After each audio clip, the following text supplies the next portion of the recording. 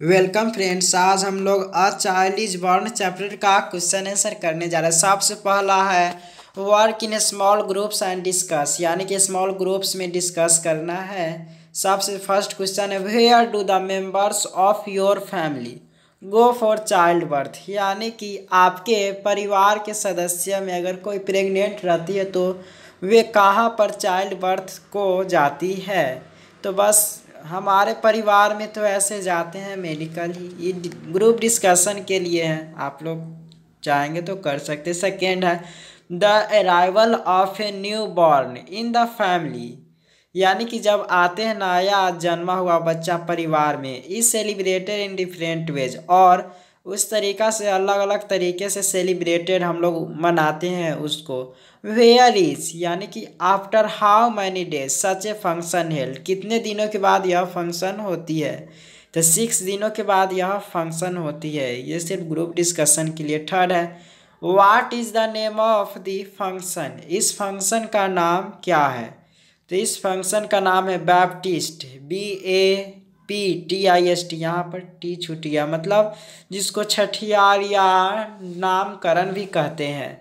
Is it a religious function, क्या यह religious function है। तो मेरे अंदाज से तो शायद नहीं लग रहा है, क्योंकि क्रिश्चियन में भी यही 6 दिन पर होता है, और इस्लाम धर्म में भी और हिंदू धर्म में, तो शायद यह रिलीजियस नहीं हो सकता। फिर भी ग्रुप डिस्कशन करके ये प्राप्त कर सकते, पता कर सकते। जस्ट एन ओकेजन फॉर मेरी मेकिंग, यानी कि हर्षपूर्ण, यानी कि खुशी के अवसर बनाने के लिए हम लोग क्या उपाय करते इसमें। तो क्या करते हैं तो सिर्फ डिस्कशन से ही पता कर से हो सकता है। अब आते B.1 ग्रुप का 1 ट्रू और फॉल्स बताना है। फर्स्ट क्वेश्चन है इन अ ट्रेडिशनल सोसाइटी, यानी कि पारंपरिक समाज में a pregnant women has to follow the conventional procedure of child birth, यानी कि कन्वेंशनल मतलब होता है पद्धति, यानी कि परंपरा। जो यानी कि ट्रेडिशनल सोसाइटी में एक कोई प्रेग्नेंट वुमन रहती है, वह वे पुराने यानी कि जो पारंपरिक पद्धति को अपनाती है। तो इसका आंसर ये सही है, ट्रेडिशनल सोसाइटी अपनाती है। हाँ। सेकेंड है even taboos and prohibitions help to manage anxiety. Taboos मतलब होता है वर्जित, यानी कि जो नहीं करने से मना किया गया हो। यही यानी कि इवन प्रायः वर्जित और मना करने में यह मदद करता है एंजाइटी को। जब कोई प्रेग्नेंट रहती तो ये मना नहीं करता ये, और उसको एंजाइटी को बढ़ा देता है। तो इसलिए आंसर यह इसका फॉल्स हो गया, यह गलत बात है। फिर थर्ड है western women suffer mostly because they have to manage everything, यानी कि वेस्टर्न वोमेन हर चीज़ मतलब बहुत ग्रसित रहती है, वह अपना सह लेती है। They have to manage everything, क्योंकि वह हर चीज़ खुद से मैनेज कर लेती। तो इसका ये गलत है, वे हर चीज़ नहीं सकती, उसको सर्वेंट यानी कि नौकर को रखना पड़ता है। इस तरीक़ा से फैमिली मेम्बर अधिक है। फिर फोर्थ है इन traditional societies child birth is a family affair, यानी कि ट्रेडिशनल सोसाइटी में चाइल्ड बर्थ एक फैमिली अफेयर है। तो ये सही बात है, इसलिए ट्रू है, यहाँ पर ट्रू लिखा हुआ है। उसके बाद फिफ्थ है the support family and conventional procedure lesson the moths infant infertility, यानी कि जो सपोर्ट फैमिली है या पारंपरिक पद्धति वाला जो फैमिली है, वह एक तरीक़ा से इन्फेंट को मोर्टिलिटी को बढ़ाता है। तो इसका आंसर ये गलत है। इन्फेंट मोर्टिलिटी होता है मतलब शिशु मृत्यु दर को यह बढ़ाता है, मदद करता है बढ़ाने में। तो ये गलत है, ये मदद नहीं करता है। सिक्स्थ है freedom to live our own lives is more important than prenatal mortality, यानी कि जो फ्रीडम टू लाइफ मतलब होता है स्वतंत्रता से जीना, ये हमारे जीवन के इम्पोर्टेंट है उसके तुलना में। यह तुलना के बारे में बात करा। जो प्रीनेटल मोर्टिलिटी का मतलब होता है जो शरीर के अंदर यानी कि मदर्स के अंदर जो बेबी है उससे बड़ा मतलब स्वतंत्रता किसको होनी चाहिए। तो जिसके इस लाइन का सिंपल मतलब है से हमें उसको स्वतंत्र रखना चाहिए, जिसके अंदर मतलब जो प्रेग्नेंट है वह मोर इम्पोर्टेंट है वो प्रीनेटल मोर्टिलिटी से।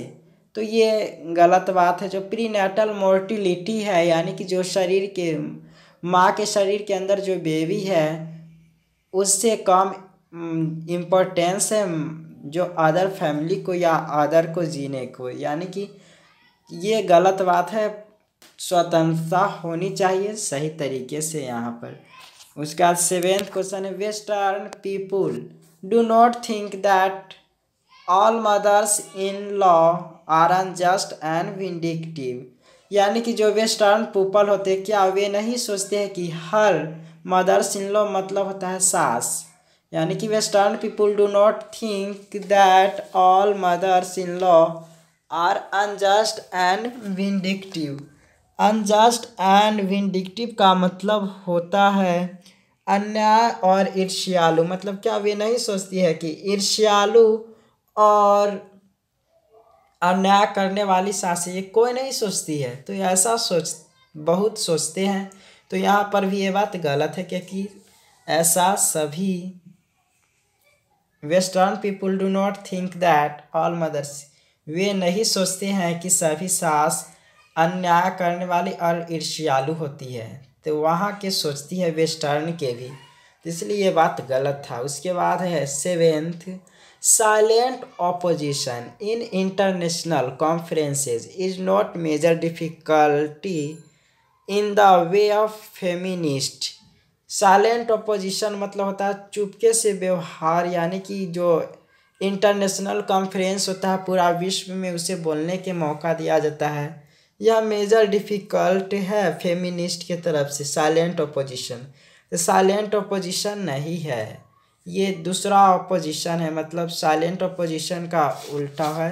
तो ये गलत है क्योंकि साइलेंट ऑपोजिशन में उसको बोलने के मौका नहीं दिया जाता है पूरे इंटरनेशनल कॉन्फ्रेंसेस में। तो ये बात गलत है, इसलिए ये फॉल्स है। उसके बाद है ना 8th, in many traditional society the relation between mother and child is more important than that between husbands and wife. यहाँ पर क्वेश्चन करा है ट्रेडिशनल फैमिली में जो पारंपरिक परिवार है उसमें माँ और बच्चे की तुलना में हस्बैंड एंड वाइफ को ज़्यादा केयर ऑफ किया जाता है, ख्याल रखा जाता है। तो ये गलत बात है, यानी कि ये फॉल्स है। अधिक ख्याल माँ और बच्चे को रखा जाता है। उसके बाद बी ग्रुप में आते हैं। यहाँ पर है answer the following question, briefly में आंसर देना है। फर्स्ट क्वेश्चन है, how are the ways of managing child birth in traditional societies useful.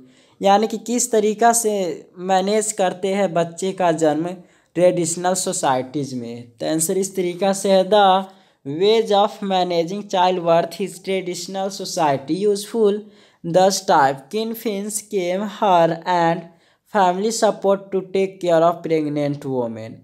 यानी कि जो किनफिन्स होती है या रिचुअल होता है, जैसे हम लोग तो ऐसे हिंदी में या कौन सी भाषा में यह भी मैं भी अच्छी तरह से नहीं जानता, जिसको चमैन कहते हैं। यानी कि कोई प्रेग्नेंट रहती है तो उसको ख्याल रखने के लिए आती है, तो वही किस तरीके से मैनेज करती, तो वहीं पर वे जो मतलब जो प्रेग्नेंट वोमेन रहती है उसको ख्याल रखती है, खाना पर, वस्त्र पर, फिजिकल मेंटली सभी तरफ से ख्याल रखती है।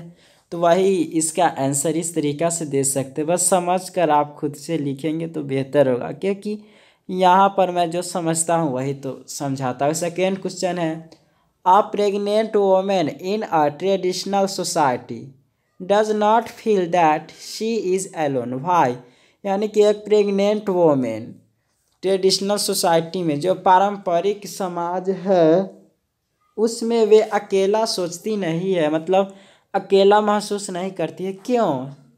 बस जानते हैं, बिकॉज क्योंकि बिफोर चाइल्ड बर्थ, बच्चे के जन्म देने से पहले वह अपने माँ के पास चली जाती है और वहाँ पर उन्हें सब प्यार करते हैं, यानी कि कोई सिस्टर हो, बड़ी सिस्टर या उसकी भाभी हो, कोई भी हो या माँ हो, सब उसका ख्याल रखती है। कभी खाना के लिए, कभी सोच के बारे में, कभी कपड़ा के बारे में बहुत चीज़ पूछते, तो उसको इस तरीक़ा से मन लगा रहता है, इसलिए वह अकेले महसूस नहीं करती है। तो आंसर इस तरीक़ा से दे सकते, because before child birth she went on her mother's house, then all are asking about thinking food. इस तरीक़ा से आंसर दे सकते। मेन है क्वेश्चन को आप समझ चुके हैं और आंसर दे सकते, तो आप लिख भी आराम से सकते। थर्ड क्वेश्चन है, what is the superstition associated with acquiring new clothes and instruments for baby before the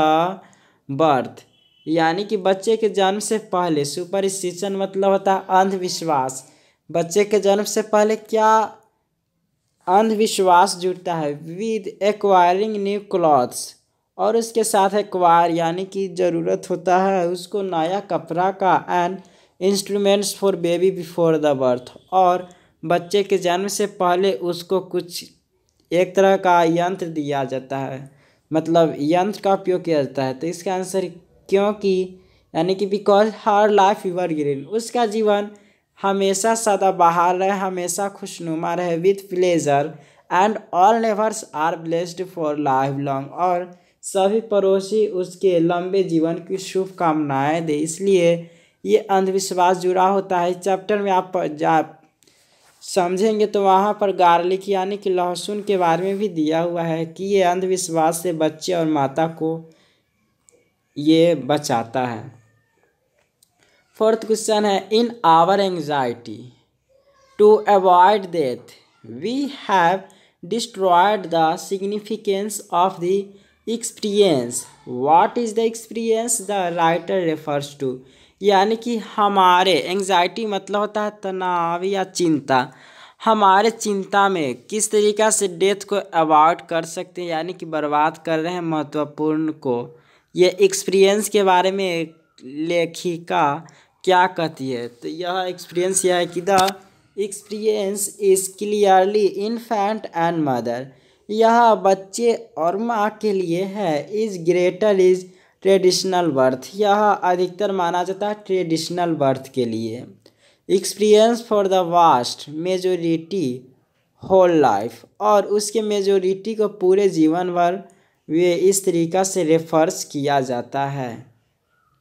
तो इसलिए वहाँ पर वे सिग्निफिकेंस यही कहा जाता है कि वहाँ पर इस तरह का एक्सपीरियंस होना चाहिए। ऐसा तो अधिकतर रहता है रिचुअल के पास, रिचुअल का वही जिसको चमैन कहते हैं। इस तरह अलग अलग सभी धर्म में होते होंगे, लेकिन मैं तो दो जानता हूँ। फिफ्थ क्वेश्चन है, what is the truism. Truism मतलब होता है सत्यवादी। What is the truism of anthropologies. Anthropologies मतलब होता है जो नारी के बारे में बहुत चीज़ जानता हो, नारीवादी होता है। What is the truism of anthropology that the writer talks about, मतलब एंथ्रोपोलॉजिस्ट का सत्यवादी क्या है, जो नारीवादी का सत्यवादी क्या है। That the writer talks about, जिस पर राइटर बात करते हैं। The truism of एंथ्रोपोलॉजीज is that, यानी कि जो सत्य नारीवादी का सत्य यह है कि in many societies women still go forth from their mothers house, जो वोमेन होती है प्रेग्नेंट, वे अपने माँ के घर जाती है। At the marriage to life, शादी करके। With a mother in law, और सासू माँ के साथ। द वाइफ्स, और जो उसके विवाहित परिवार होता है दोनों। ऑफ देयर हस्बैंड्स ब्रदर्सहुड, यानी कि सिंपल इस क्वेश्चन का है सामान्य यह आंसर होगा, यानी कि वे लेखिका किसके बारे में बात करते हैं। ट्रूइज्म ऑफ एंथ्रोपोलॉजीज, यानी कि नारीवादी के बारे में यह बात कहना चाहते हैं कि जो स्त्री शादी मतलब जिसका शादी होता है तो वह चली जाती है सासू माँ के पास, मदर्स इन लॉ के पास, और वहाँ पर जब तक वह मतलब उनको कोई बच्चा नहीं होता तब तक उसको अलग ही परिवार में रखा जाता है, मतलब परिवार से मिलने की अनुमति उन्हें नहीं दी जाती है। तो जिसके कारण वह जब प्रेग्नेंट होती तो उसको खास ध्यान नहीं दिया जाता है। इसलिए पहली जो संतान होने वाला रहता है उस वोमेन को, तो वह अपने घर के मतलब घर आ जाती है अपना, जिसको हम लोग हिंदी में कहते हैं नैहर, या इंग्लिश में तो अभी नहीं जानते, लेकिन वही अपना माँ के पास आ जाती, जिसके कारण उसको अच्छा महसूस होता है। तो वहीं पर एक्सपीरियंस के बारे में कहा गया है हुआ है। फिर 6th क्वेश्चन है, what compels women to withdraw into silent opposition in international fora. तो यहाँ पर साइलेंट अपोजिशन होगा, क्योंकि silent opposition in international conference is a major difficult in the way of feminist. 7th question है, why had Sudanese official stopped going to inter conference. जो Sudan की महिलाएं होती है वह इंटरनेशनल कॉन्फ्रेंस में जाने से क्यों रोकती है। तो आंसर इस तरीका से होगा क्योंकि, यानी कि because when participating in international fora conducted in language, अपनी भाषा का वह प्रभाव मतलब प्रवाह करती है, which they can't speak with fluency, और वे फ्लुएंसी के साथ नहीं बोल पाती है वोमेन ऑफिशियल, इसके कारण वह रोक देती है अपनी जो ऑफिशियल इंटर कॉन्फ्रेंस को। फिर उसके बाद है ट्रू और फॉल्स, इसमें बताना है। A Sylheti women may not visit her mother's house during pregnancy. मतलब यहाँ पर सिलहेटी वोमेन कहा जाता है जो बांग्लादेश के महिला के या बंगाल के, तो इस तरीक़ा से कहते क्या वह घूमती नहीं अपने मतलब प्रेगनेंसी के दौरान नहीं जाती अपने माँ के पास। तो इसका आंसर वे जाती है, तो इसलिए यह बात गलत है, तो फॉल्स है। 2nd क्वेश्चन है, for Sylheti women the whole matter of pregnancy is one of celebration. तो ये सही बात है, क्योंकि जब वह प्रेग्नेंट रहती है और वह अपनी माँ के पास जाती है, उसको अच्छी तरह से सब ख्याल रखते हैं, तो वहाँ पर एक सेलिब्रेशन की तरह हो जाता है। तो ये सही बात है, इसलिए ट्रू है। 3rd क्वेश्चन है, garlands of turmeric and garlic are worn to please gods. यानी कि यहाँ पर ये सही बात है, क्योंकि टर्मेरिक और गार्लैंड्स ये दोनों मदद करते हैं वे भगवान के आशीर्वाद के द्वारा, मतलब और इधर उधर के जो अंधविश्वास से ही बचाता है। तो ये बात सही है, इसलिए ट्रू है। उसके बाद सॉरी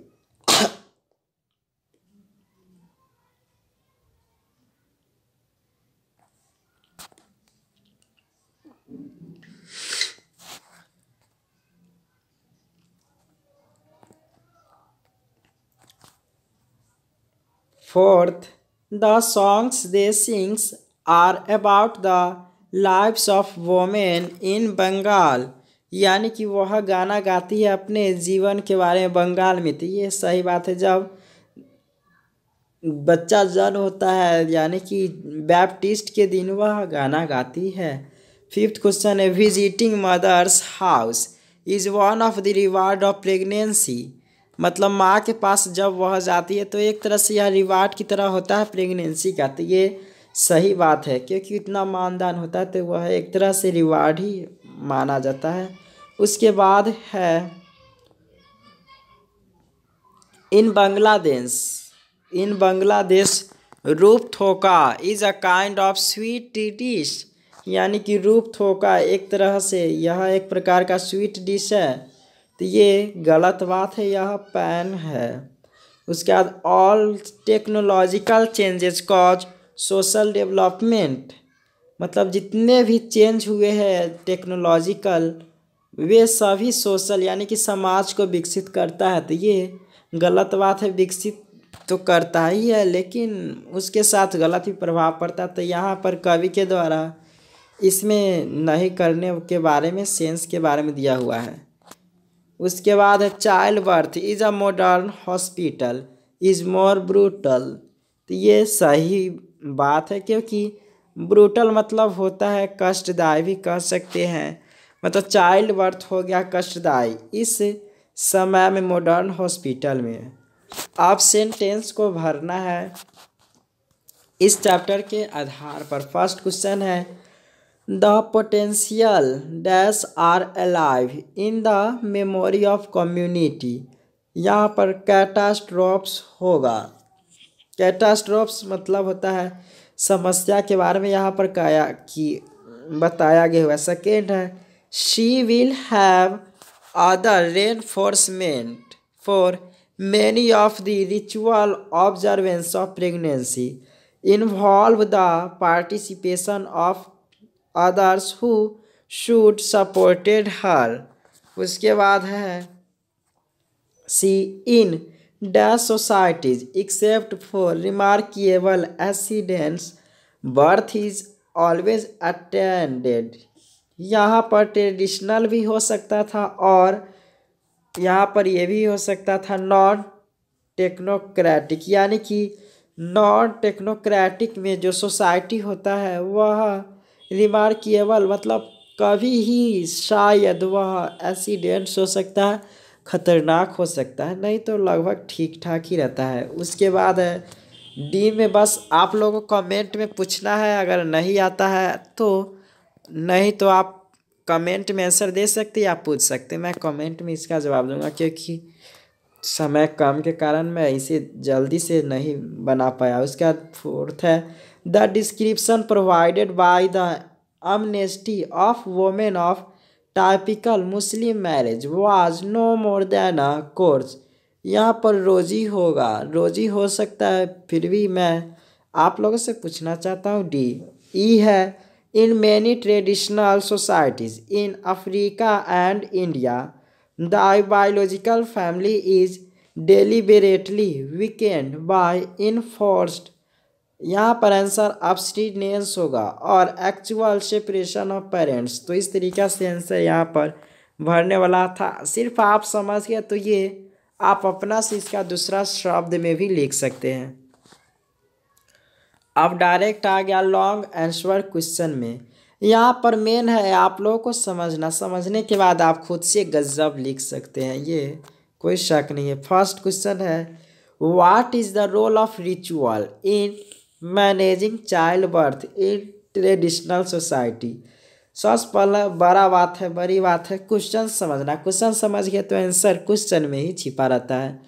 क्वेश्चन है से क्या भूमिका है रिचुअल यानी कि धार्मिक, जो मतलब हर धर्म में अलग अलग महिलाएं आती है जब कोई प्रेग्नेंट रहती है ट्रेडिशनल सोसाइटीज़ में, तो उसका क्या है भूमिका, तो उसी का आंसर देना है। तो भूमिका इस तरीक़ा से ट्रेडिशनल सोसाइटीज़ में सबसे पहले आप क्वेश्चन लिख सकते इस तरीक़ा से, जब लॉन्ग क्वेश्चन आंसर है तो इस तरीक़ा से दे सकते the role of rituals in managing child birth in traditional societies is that the body polish यानी कि बच्चे का शरीर को मालिश करती है ऑफ न्यू बॉर्न जो नया बच्चा रहती है and take care of different material और उसको क्या क्या चीज़ ज़रूरत है सबका वे ख्याल रखती है एंड प्रोवाइडेड और उसको प्राप्त करवाती है जो भी उसको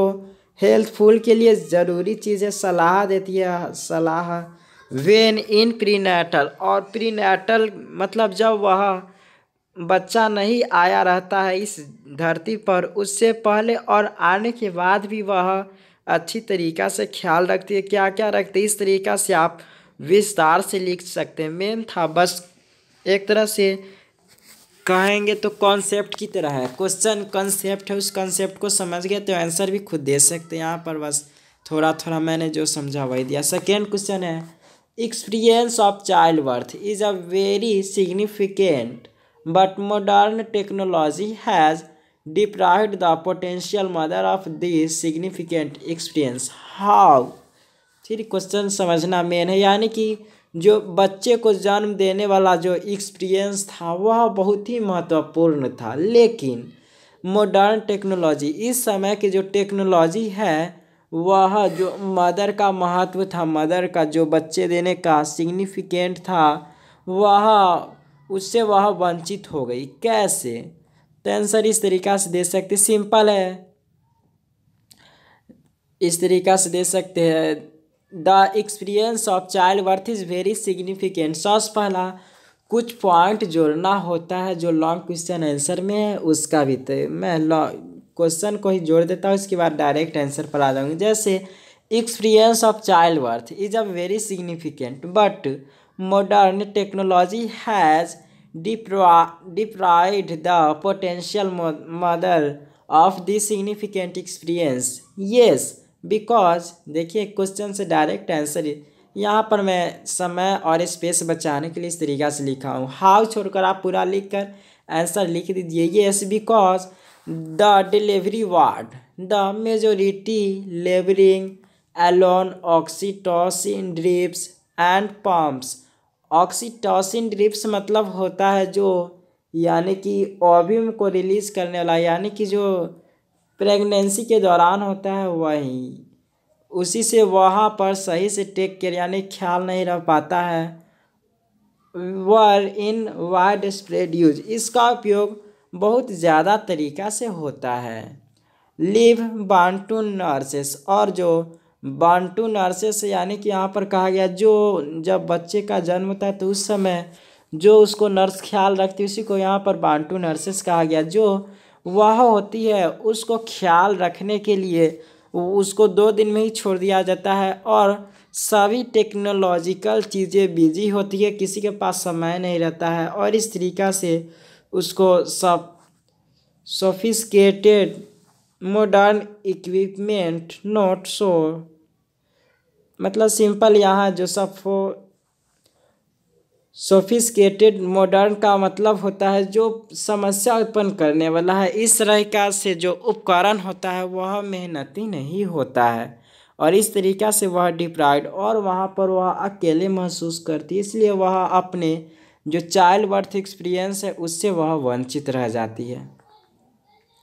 उसके बाद 3 क्वेश्चन है, describe the western interpretation of a brides longing for a child in a traditional society. Traditional society यानी कि वेस्टर्न जो इंटरप्रिटेशन मतलब होता है इच्छा, यानी कि जो वेस्टर्न लोगों की इच्छा है, यानी कि ब्राइड्स मतलब होता है दूल्हा या पुरुष भी कह सकते, जो उनका इच्छा होता है, उनका यह इच्छा होता है कि ज़्यादा समय पर वे अपने संतान को जन्म दे। तो इसी के बारे में लिखना है, ऐसे इसी के बारे में डिस्क्राइब करना है। तो इस तरीक़ा से लिख सकते, दिस फैक्ट्स नो दैट, वे यह बात को जानते हैं कि दैट गैप बिटवीन 2 चाइल्ड मतलब 2 चिल्ड्रेन शुड बी 3 ईयर्स, 2 बच्चे के बीच का डिस्टेंस 3 साल का होना चाहिए फ्रॉम इट्स प्रॉपर, और इससे उसका हेल्दी का मतलब मदर और बेबी का शरीर का स्वास्थ्य भी अच्छा रहेगा। And child and can rise, अगर प्रॉब्लम यानी कि 3 साल से पहले अगर बच्चा हो तो उसका अधिकतर चिल्ड्रेन वे सही उनका स्वास्थ्य नहीं रहता है, तो इसलिए वहाँ पर ये सभी बात के कारण वे अपने लॉन्गर डिस्टेंस रखते हैं वे अपनी चाइल्ड बर्थ का। उसके बाद 4th क्वेश्चन है, how do the language come in the way of better understand of women's problem. इसका आंसर है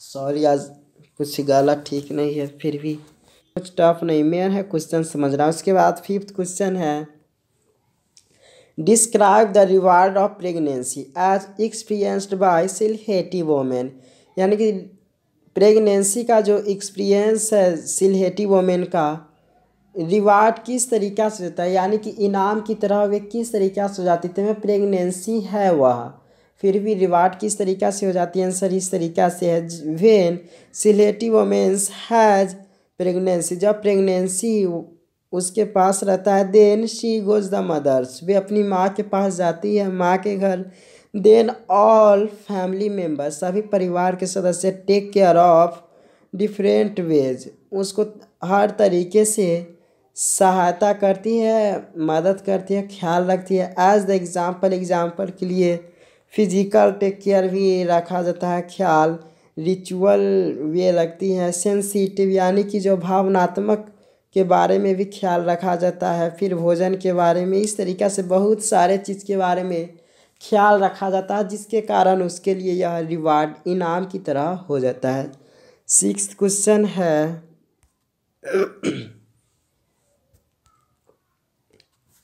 Does the writer want to say that the use of Western medicine in childbirth is a producing horrible result? Do you agree with her views?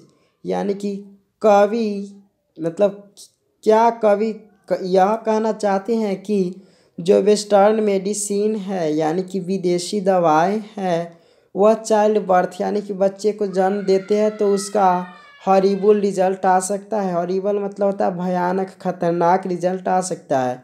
Do you agree with her views? क्या आप इसके यानी कि लेखिका के views से agree है? तो आंसर इस तरीक़ा से दे सकते हैं। बस पहले क्वेश्चन में ही आप डायरेक्ट आंसर जोड़ सकते हैं। तो यहाँ पर yes, does the writer want to say that the western medicine in child birth is producing horrible result because, यहाँ पर देखिए किस तरीक़ा से दिया, because the delivery wards was full of groaning and whirling women, the majority labouring alone, oxytocin drips and pumps were in widespread use, pools of blood on the floor burn to nurses lips, medicine is hard। यानी कि इस तरीक़ा से यहाँ पर सभी हल्ला एक दूसरे से करते रहते, वहाँ पर कोई ख्याल नहीं रख पाते एक दूसरे से, जिसके कारण वह सभी व्यस्त रहते, एक दूसरे से पूरी तरह से व्यस्तता रहते हैं, जिसके कारण वह अपने खतरनाक रिजल्ट आ सकता है। इसलिए वहाँ पर यह हॉरिबल रिजल्ट हो सकता है। तो बस यही मेन था, क्वेश्चन समझना, क्वेश्चन समझकर आंसर दे सकते। 7th क्वेश्चन है what could be the worse fates than death for a pregnant women, यानी कि किसी माँ के लिए मरने से भी खतरनाक क्या हो सकता है। तो यहाँ पर आंसर इस तरीक़ा से होगा, the could be the worse fates than that for a pregnant woman. This is the following. First है African women with obstetric fistula see themselves as the walking dead, doctor says, यानी कि वह मरने से भी खतरनाक यह हो सकता है जब उसको ऑपरेशन किया जाता है फिस्टूला में, जो उनका जो चाइल्ड बर्थ का जो रास्ता पथ होता है उसमें अगर इस तरीक़ा से सर्जरी किया जाता है तो ये मरने से भी खतरनाक हो सकता है। सेकेंड है ये fistula can be repaired with delicate surgery, और उसको फिस्टूला को रिपेयर किया जाता है, सर्जरी किया जाता है, ये सभी खतरनाक हो सकता है। फिर लैक एजुकेशन, जब एजुकेशन का कमी हो और एक्सपर्टाइज भी कम हो तो वहाँ पर यानी कि वे एक्सपर्ट नहीं हो तो वहाँ पर मृत्यु से भी खतरनाक हो सकता है उसका जीवन में रहना।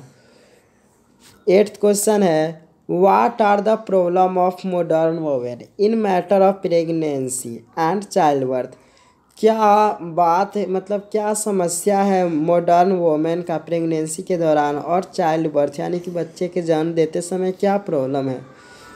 तो आंसर इस तरीक़ा से दे सकते, the problem of modern women in matter of pregnancy and child birth is in not good relationship, यानी कि ये हो सकता है उसके रिलेशनशिप जो सास है उसके बीच में नहीं हो सकता, और उसकी दवाएं भी कॉन्फ्लिक्टेड हो यानी कि सही दवाएं नहीं हो। Almost medical staff limited work, वे सभी लिमिट वर्क में करते हुए हर वक्त मदद करने नहीं आते हैं। टेक्नोलॉजी हाईली डेवलप्ड, टेक्नोलॉजी अधिक विकास हो चुका है। Modern equipment and way ignore करते रहते हैं मेहनत करने से और मशीन का ही उपयोग करने लगते हैं अधिकतर, तो जिसके कारण वह प्रेगनेंसी और चाइल्ड बर्थ के दौरान वह बड़ी समस्या में उसको आ सकता है। यह भी ग्रुप डिस्कशन भी आराम से कर सकते। Child birth is not the responsibility of the pregnant women alone, it is a matter of family concern as well as. यानी कि जो बच्चे का जन्म देना सिर्फ प्रेग्नेंट वोमेन का ही नहीं, यह सभी का है। इसी पर डिस्कस करना है, तो अकेले हमसे नहीं हो पाएगा, इसलिए आप लोग कर सकते हैं। Second question, relationship between mother and child is more important than the relationship between husbands and wife. मतलब जो रिलेशनशिप होता है वह बच्चे और माँ से ज़्यादा more than important relationship between husbands and wife, इसी के बारे में चर्चा करना है कि पति और पत्नी से ज़्यादा जिम्मेदारी यानी कि ख्याल रखना चाहिए माँ और बच्चे को। इस पर डिस्कस करना अकेले तो नहीं होगा। कॉम्पोजिशन वाला इसका एक वीडियो लगभग आपको इस पूरा चैप्टर कुछ ही वीडियो में समाप्त हो जाएगा। उसके बाद आपको मिलेगा ये जितने सारे कॉम्पोजिशन पैराग्राफ या एप्लीकेशन या लेटर सभी का आपको मिल जाएगा वीडियो। फिर डी में है वर्ड स्टडी, करेक्ट स्पेलिंग करना है। एंग्जाइटी का स्पेलिंग ANXIETY देख सकते। फिर बिहेवियर का BEHAVIOUR सही है। नेसेसरी का NECESSARILY। फिर टेक्नोलॉजिकल का ये सही है TECHNOLOGICAL। उसके बाद सफोकेटेड का ये स्पेलिंग सही है। उसके बाद है यूजफुलनेस का देख सकते USEFULNESS। उसके बाद है एक्वांटेंस ACQUITANC। उसके बाद है सिक्रेटरिएट SECRETRIAT। उसके बाद है कम्युनिटीज़ का भी देख सकते COMMUNITIES। उसके बाद इक्विपमेंट का सही स्पेलिंग है EQUIPMENT। उसके बाद है वे वर्ड फॉर्मेशन के बारे में एबल लगाकर सभी को भरना है। जैसे ऑप्शन में है work, knowledge, consider, understand, accept, agree, use, deplore, ये सभी को भरना है। यानी कि इस तरीका सबसे पहला है we did not find Varsha's proposal, यानी कि वर्षा का प्रपोजल हमें नहीं पाया, जो कि एक्सेप्टेबल नहीं था, इसलिए हमने नहीं पाया। तो यहाँ पर बस समझना है आप उस सेंटेंस में क्या कहना चाह रहा है, उसके बाद आप खुद से लिख सकते बना सकते। सेकेंड क्वेश्चन है Safdar has already spent dash amount in the repairing work, यानी कि वे अपने काम को रिपेयर करने में क्या खर्च कर चुके हैं। तो यहाँ पर नॉलेजेबल आंसर हो जाएगा। फिर थर्ड है the act of violence is quite understandable, मतलब जो वायलेंस का क्वाइट है, वायलेंस मतलब होता है क्रांति, क्वाइट मतलब शांति, यानी क्रांति का हमें समझना होगा शांति से। उसके बाद है the refills are not, refills मतलब होता है पुनः भरना, वह यूजेबल नहीं है। फिर everyone found his behaviour quite deplorable, यानी कि सभी यहाँ डिप्लोरेबल होगा। इस तरीक़े से बस मीनिंग समझना आंसर कर सकते। फिर उसके बाद है dash knowledge of a car can't make you good mechanic, किस चीज़ का नॉलेज नहीं रहेगा तो आपको कार मैकेनिक अच्छा नहीं बनने देगा। तो यहाँ पर वर्केबल नॉलेज आंसर होगा। फिर उसके बाद है Nikhat is a quite agreeable, you can seek advice from her, यहाँ पर एग्रीएबल आंसर होगा। उसके बाद है सीधे since he has been ill for a long period his irritating nature is quite considerable. ये सभी मीनिंग जान सकते, कुछ टफ नहीं है। और यहाँ पर फ्रेज दिया था, फ्रेज का वीडियो आपको मिल जाएगा, उसके बाद ये पूरा बन जाएगा। बस 3-4 वीडियो में ही आपको इसके बाद मिल जाएगा। Thank you for watching.